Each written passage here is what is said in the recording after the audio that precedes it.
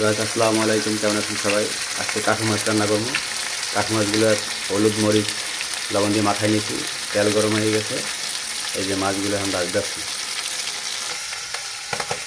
Guys মাছটা ভালো করে ভাজে নিলাম। এখন পেস্টটা ভালো করে ভাজে নেব।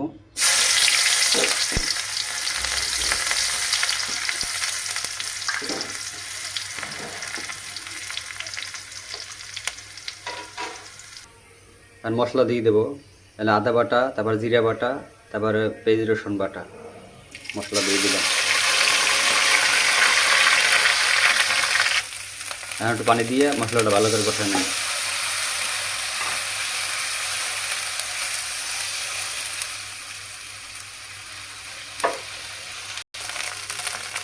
মশলা কষাই নিলাম, এখন পানি দিয়ে দিলাম।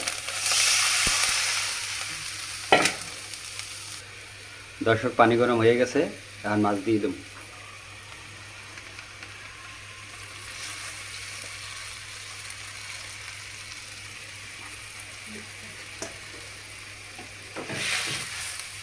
মাছ দিয়ে দিলাম,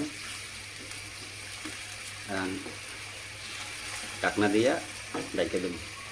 তো দর্শক, রান্নার কেমন হয়েছে সবাই কমেন্ট করে জানাবেন। ভালো থাকবেন সবাই, আসসালামু আলাইকুম।